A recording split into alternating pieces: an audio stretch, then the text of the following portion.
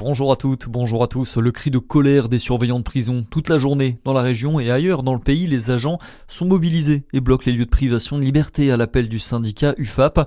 Au cœur de leurs revendications, les agressions de surveillants, la surpopulation, le manque de moyens et l'impression que le ministère de la Justice détourne le regard des problèmes que connaît le milieu carcéral. Les syndicats réclament un plan immédiat pour combler les 5000 postes manquants et des mesures d'urgence face aux cellules surpeuplées. Une usine stratégique pour la filière nucléaire française. Voilà ce qui devrait bientôt voir le jour à Chalon-sur-Saône. L'annonce du ministre de l'Industrie Sébastien Martin, qui est d'ailleurs en déplacement en Saône-et-Loire aujourd'hui. Il s'est rendu sur l'ancienne friche industrielle Nordéon où devrait sortir de terre prochainement une usine de turbines Arabelle. Un projet à plus de 100 millions d'euros et qui devrait créer 160 emplois d'ici 2030.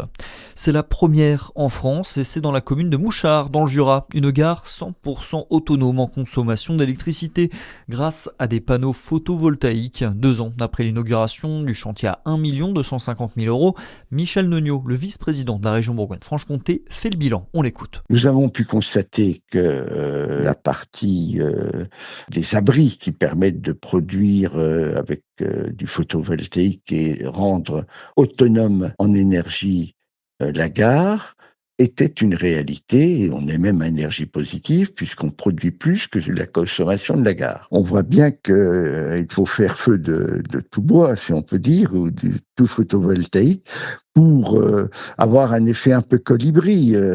C'est une gare, c'est 2 gares, c'est 3 gares, et il faut arriver à développer ces projets. La gare qui consomme 30% de l'énergie qu'elle produit, le surplus lui est revendu via le réseau EDF. Victime de son succès, les 550 places de voyageurs ne suffisent plus. Dans le futur, il faudra probablement installer de nouvelles ombrières photovoltaïques. À la une de l'actualité également, au Moyen-Orient, les affrontements se poursuivent. Au Liban, le ministère libanais de la Santé a annoncé que des frappes israéliennes sur le sud du pays ont fait 14 morts, malgré la prolongation du cessez-le-feu entre les deux pays. De son côté, le chef de la diplomatie iranienne est arrivé en Russie pour rencontrer Vladimir Poutine.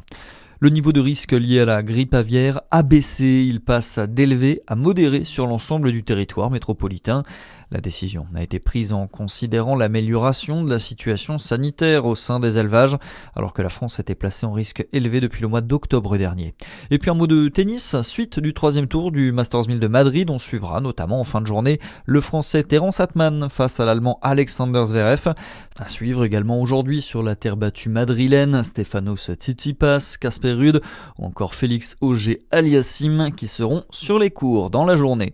Voilà, c'est tout pour l'essentiel de l'actualité. Merci d'être avec nous. Très bonne journée sur Fréquence Plus.